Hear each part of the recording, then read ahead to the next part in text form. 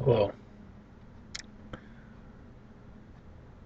this video is to kind of reflect on why I volunteer for sandcastles.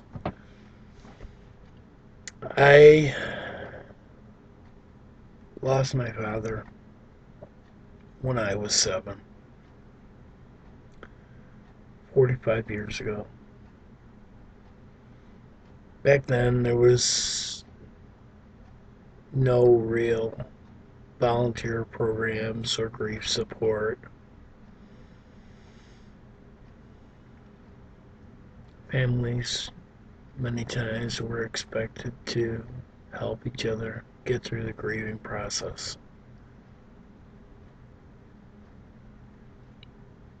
But at times there were people who fell through the cracks because grief for everyone is different.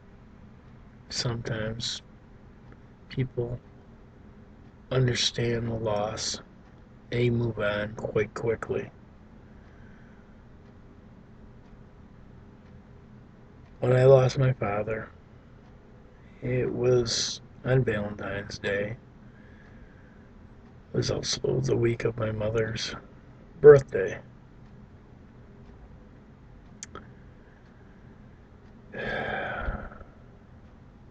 And I'm not completely sure, but I think it was also their anniversary.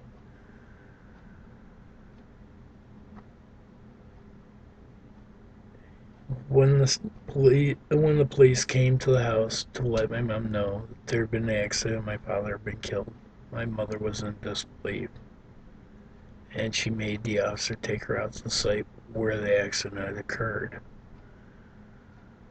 Upon arriving on the scene, they were standing there, and being February and snowy, it was windy as well.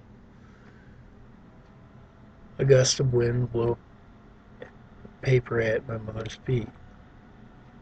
My mother picked it up, and it was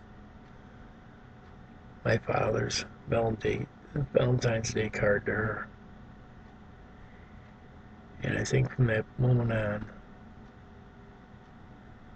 for her, forgetting what happened and being strong and moving on, and taking care of us kids and making sure that we were fed and housed and all that was her primary goal. She didn't want to talk about his loss. My sister was young enough that she wasn't questioning me. My dad was my best friend. We had moved a few times just before the accident, so I didn't have a whole lot of friends. He, many times when I brought home schoolwork, would work with me on it. Not do it for me, but he would challenge me, make my mind think, make me ask questions. I think he wanted me to be a person that questioned the world, question people's motives, question why things happened the way they did, to really think. Well, when he passed,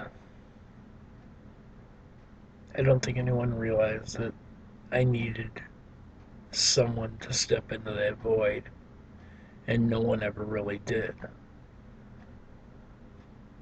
We would go into malls,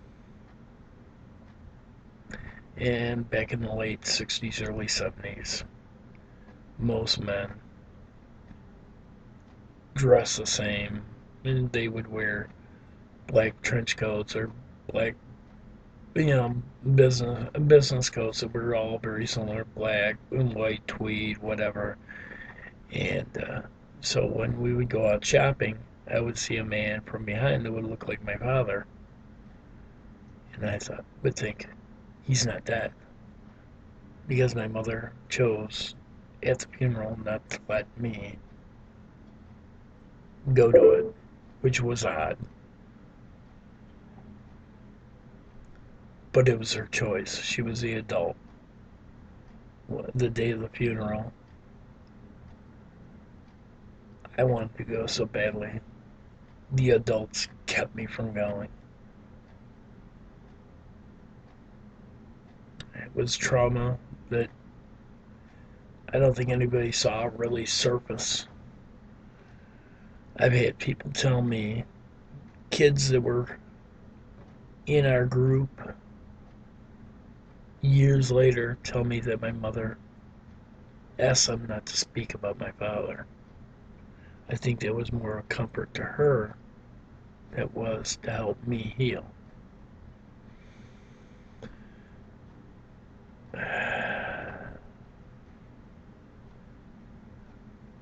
In school, when we moved back from where we were at, we had a house that we'd rented to other people, and we had a hard time moving them out. My mother's best friend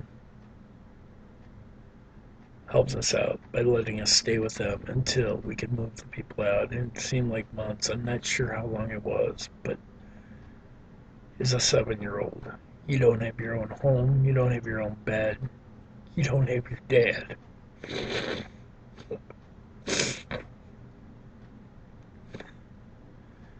On top of it, the children that were living in your house where you had some of your memories with your dad were going in school and bullying you. And when I approached my mother about it,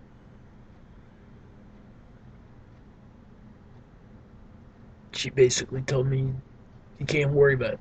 She didn't listen to what I was saying. So I developed tough outer skin, always realizing that I would never treat someone the way that I was being treated.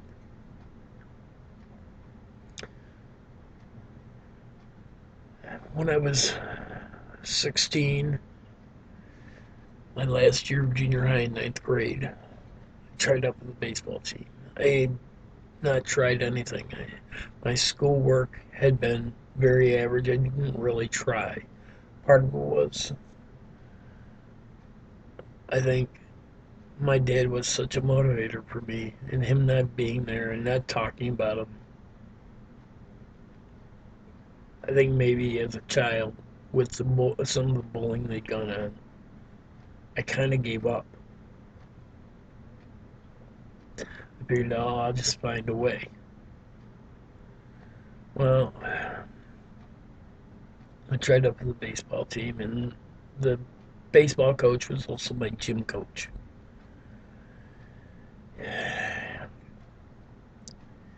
He knew some of the things that I had gone through because my grandfather worked for the school system as a janitor. He knew that there were some things going on with me. And there was a toss up near the end of the roster, near the end, as to who would be on there. I believe that he gave it to me knowing some of the issues I had. We had a pretty good team, and we ended up winning a championship. That kind of boosted me. Again, it seemed like I had no support. Maybe nobody knew what was going on, even though I was trying to let people know that I was struggling. Maybe they just didn't see, they were too busy.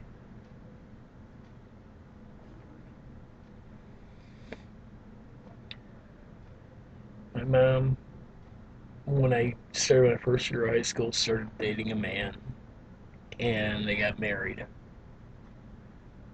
We moved from where we lived to another city, a bigger city.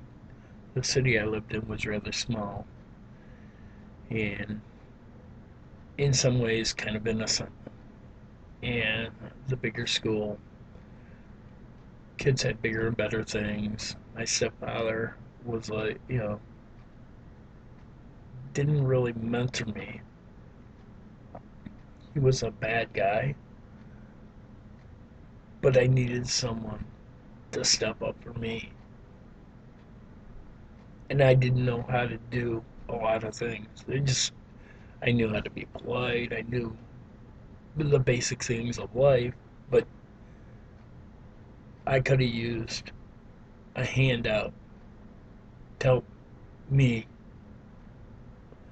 get a little bit further in life. I didn't know how to ask for it. I didn't know how to ask for what I needed. I just knew I needed more.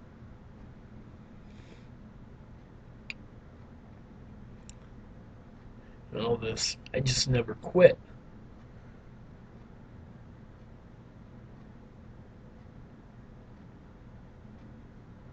A few years later, I met someone, and I think I, part of what I was at 7 or 8 years old. I saw my mom's pain, and one thing I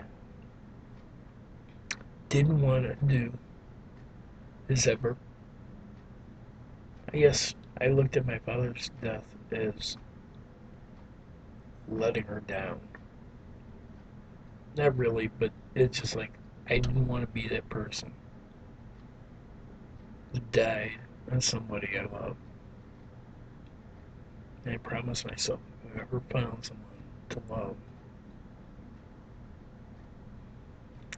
I would never let them down. I met someone that I became infatuated with. I didn't bother finding out her age, and she found out my age before I found out hers. I looked a little bit younger.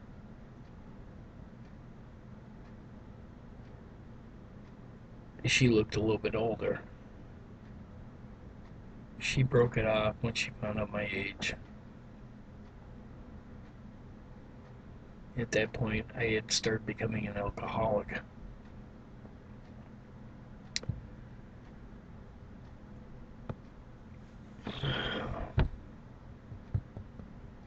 When she rejected me and then told me not to see her anymore, it was devastating. It was because I hadn't done any of the healing for the grief with my father. It was like losing my dad all over again. And I began a heavy descent into drinking.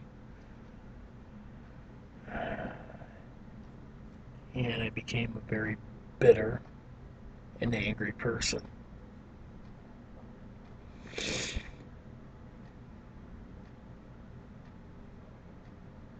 On the outside, inside, I was just hurting. Well, at 27, my sister, she got married and she also was pregnant. And because I was drinking, I wasn't paying attention to anything that was going on with anyone else because I had all this pain bottled up inside of me. Well, when I found out she was having a child, in a way it devastated, but in another way, I was immensely happy.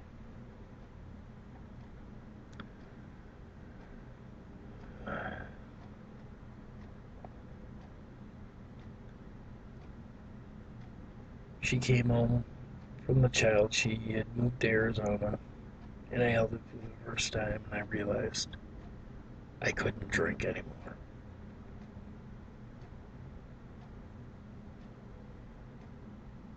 because I didn't want to let that child down.